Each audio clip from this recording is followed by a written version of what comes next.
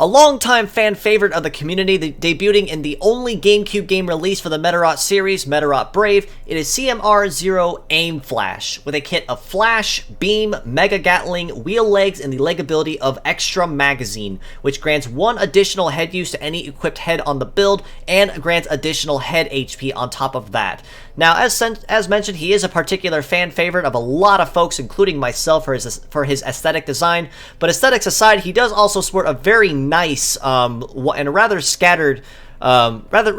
shooting kit that he makes use of very easily. Flash, however, is the only melee skill in his build, but what it does is essentially Deathlock Light. As if you catch a foe in heat phase, it prevents them from defending, evading, and it also forces them into cooldown wherever you catch them at. So if you fail to get a hold of Deathlock from like Titan Beetle, Spinag, or Moondragon, Aimflash is definitely going to be your next best friend as that budget Deathlock. And even then,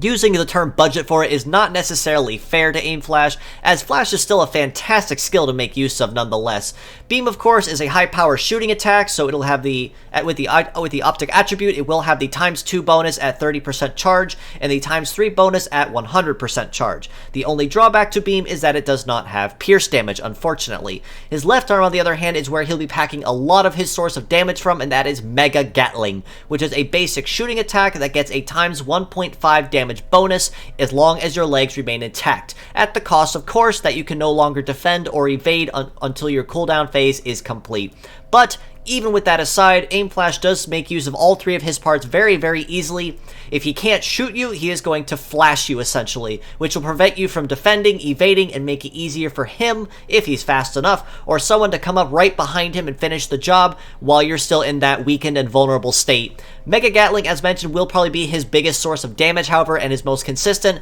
as Beam really won't be able to be used until you get at least a charge behind it if you want to make use of it at the highest potential. Also with the Mega Gatling, it is a scattered AoE, meaning that it's going to damage 1 part at regular damage and 2 others at random at 1/3 of your total damage.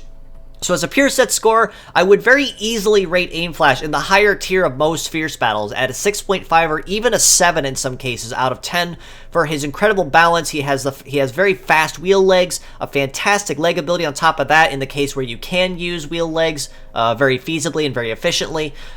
Beam is probably going to be his source of spot nuking, meaning once you can get a charge going, it will be his highest form of damage, but the Mega Gatling will be his most consistent form of damage. And if at any point where you can't use shooting on the target, you can use Flash instead to help set up another ally to come behind him and finish the job. As mixed parts, however, I would rate him significantly higher at a very easy and solid 7 out of 10 or even a 7.5 out of 10. Like I said, wheel legs, fantastic for their high speed, wonderful leg ability as well with Extra Magazine, so if you want to make use of any extra head skills, say for instance, I've seen a lot of folks use these legs on, say, Arc Beetle, who only has 1 use of his head part, Hyper Beam. With these legs, he now has 2 uses, which you can make use of very easily and very quickly. In addition, you could also use this with anyone that needs an additional head use, say for instance, Perfect Guard or Shoot Guard or anything of the like. That additional chance to be able to protect your allies will always come in handy, and you will never be able to go wrong with it. So very easily, minimum across the board, 6.5 or a 7 out of 10,